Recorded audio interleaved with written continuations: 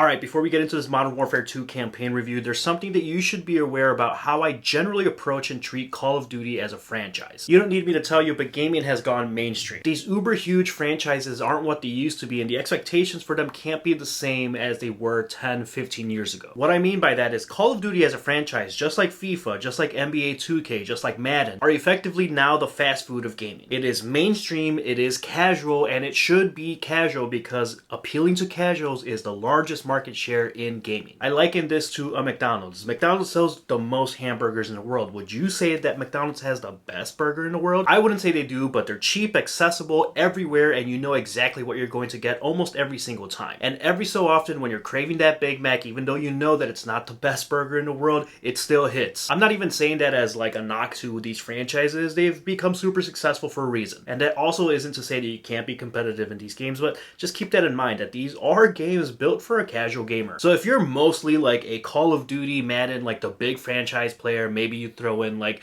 an Assassin's Creed every now and then. I just wanted to lay some of that groundwork and admittedly make you aware of some of my biases before we get into this review. With all of that out of the way, my name is Danny with the DMGT, your new favorite place for all things music, gaming, and tech. This is a review of Modern Warfare 2 campaign mode. The campaign in 2022's Modern Warfare 2 is a continuation and sequel to 2019's Modern Warfare, which was already a reboot or retelling of the original trilogy from the late 2000s. Don't worry, I'll save all the spoilers to the end where I'll talk about some of the major plot points and round out how I feel about the story and the campaign. But before I get into all of that and into the characters, I want to talk about the first thing that the game hits you, and as you're seeing, it's the visuals. On a PS5, this game looks absolutely stunning. Now, this isn't on Unreal Engine 5, but the opening sequence and some of the first missions, including the locations that you visit throughout this game, is really reminiscent of that Unreal Engine 5 demo video. It feels like every gamer beats you over the head with this, and graphics aren't everything, but honestly, I was just super impressed and adds a layer of immersion to the game, especially in locations like Amsterdam, Chicago, and some towns in Mexico, even if they're fictional. Now, a lot of these, especially the more populous areas, are scripted sequences, so the AI isn't really as immersive as you would find as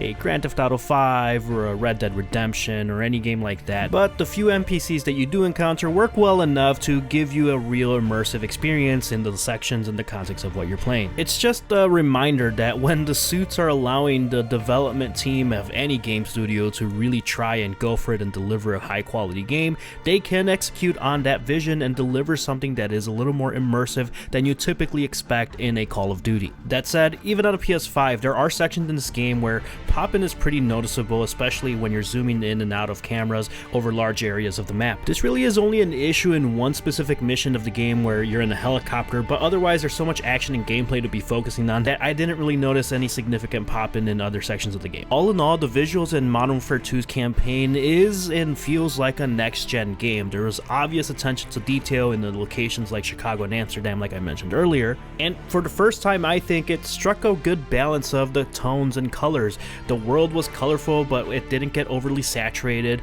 but it was a nice change of pace from the grays and dull browns that you normally get in a Call of Duty. Gameplay wise, it was definitely the most variety that I've ever played in any Call of Duty campaign, and I think it was for the best. I mean, obviously it's a Call of Duty game, right? So you want to be playing as a soldier and you want to use the guns. That's the whole point. But I think they switched it up just enough in different sections of the game where you're doing a little bit of scavenging, a little bit of crafting, a little bit more tactical, which I think translates from some of the gameplay we experienced in the Modern Warfare 2 multiplayer beta. This is a slight spoiler, so skip ahead like a minute if you don't want to hear it, but honestly, one of my favorite sections of the whole game was when you're trying to break Alejandro out of the prison and you're basically just soap controlling and directing Ghost through the camera. I think it was just a really cool tactical section where it was a bit reminiscent of something more espionage based like a Metal Gear Solid, and while it's not the main selling point of a game like Call of Duty, it just added good variety to the campaign mode. There are also sections that were clearly inspired by more action-based games like an Uncharted series where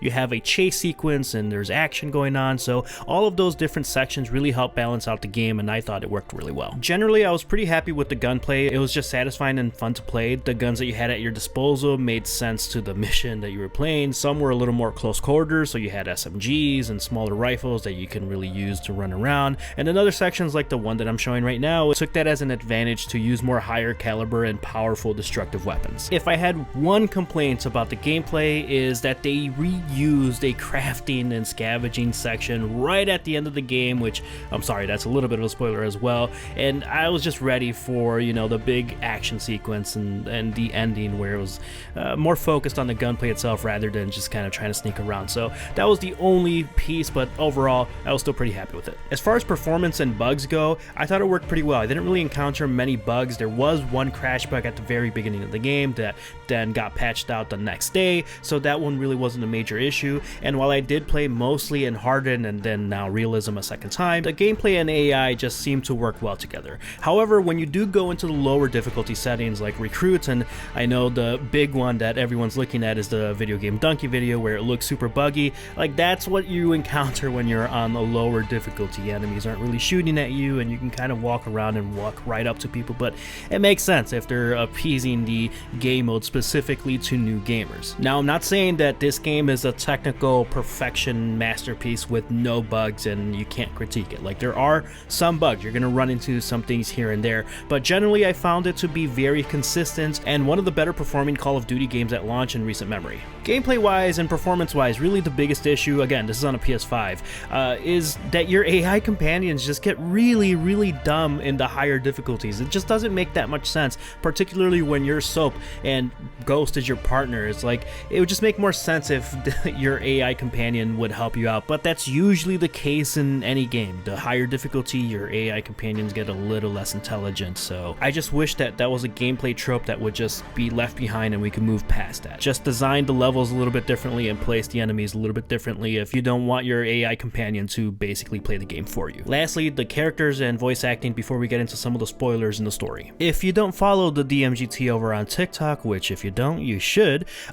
you might already know how I felt about the voice acting. I generally thought positive things. It was pretty good, with the one exception being Alejandro. Look, I know, I get it, I think I'm in the minority here. The voice there just felt very, for me, felt a little, let's say stereotypical army guy, but just in Spanish. I didn't have a problem with his accent that much or anything like that. I thought everyone else that spoke Spanish, as someone who speaks Spanish as well, was good. It made sense. It didn't feel too cartoony in the sense of the Mexican characters and the cartels and some of the more generic stuff that you get in a war type game placed in Mexico, but otherwise the voice acting was convincing. The characters were a little more compelling and had some more depth than the original trilogy, I'd say, and there was just a much more natural cadence of conversation and banter that you would experience as you were playing the game. You see the caged dog? Big geezer. If he barks, shoot him and repo quickly. Don't get compromised. You are stone cold, Simon. Why has 2 legs and bleeds? Don't tell me. Half a dog.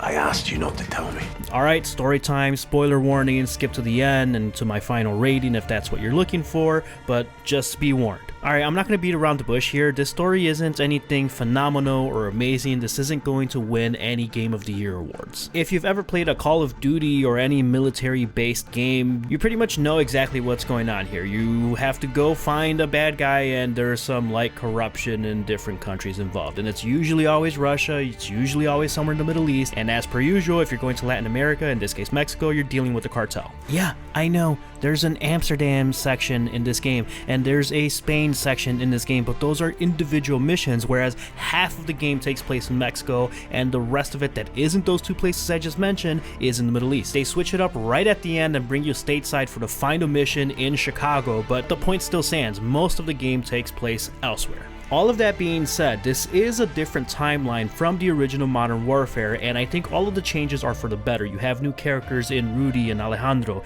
and I think the delivery of all the characters makes it compelling enough for you to care a little bit more than you usually would about a story in a Call of Duty game. The biggest points I'm going to give to this game, however, is that it doesn't fall into the typical trappings of pro-military propaganda, where Come on, let's be honest here, folks. People are always like, oh, don't bring politics into my game. This is a Call of Duty game about a military and war. Like, it's inherently political. But at the very least, they do bring in some minor critiques about private military presence and corruption within the military. Obviously, Shepard kind of turns on you at the end, which is very similar to Modern Warfare 2 of the original. Shadow Company sort of symbolizing private military corporations and the problems that they have when they get too much power given to them by the government. And they definitely cheese up the bromances a little bit. You got a couple of Brits, some Americans, and then some Mexicans that kind of all get together and they become like this tight-knit group of hermanos, as they kept saying. Although that part I actually liked a lot. It was pretty fun and kind of cool to see. Now, as I mentioned, they switched it up, so Ghost doesn't end up dying in this version of the game. Alejandro and Rudy are probably going to be big characters in Modern Warfare 3 whenever that comes out. And for anyone that had been following the Warzone storyline side stuff, Roach did not make a single appearance in this game. Now, they obviously end the game with the toss-up and layup to Makarov, and then they do make a slight reference in a post-credit scene to No Russian, which comes with its own pair of problems I'm not even going to touch, but honestly it's all just okay. All in all, I had fun with this game. This is not a groundbreaking first-person shooter in campaign mode or story, but it's done just enough to refresh the Call of Duty franchise, bringing in elements from other popular games that have found success and made it a generally seamless experience. This year, this time, the Big Mac it hit, and this is a solid 3 out of 5. Alright, that's my review. Those are my thoughts. Let me know if you agree or disagree with anything that I mentioned in this video. I will be doing a dedicated accompanying video reviewing the multiplayer mode after I spend a weekend with it and have some more time to get my thoughts. Anyways, if you enjoyed the video, give a thumbs up, consider subscribing, and I'll catch you next time.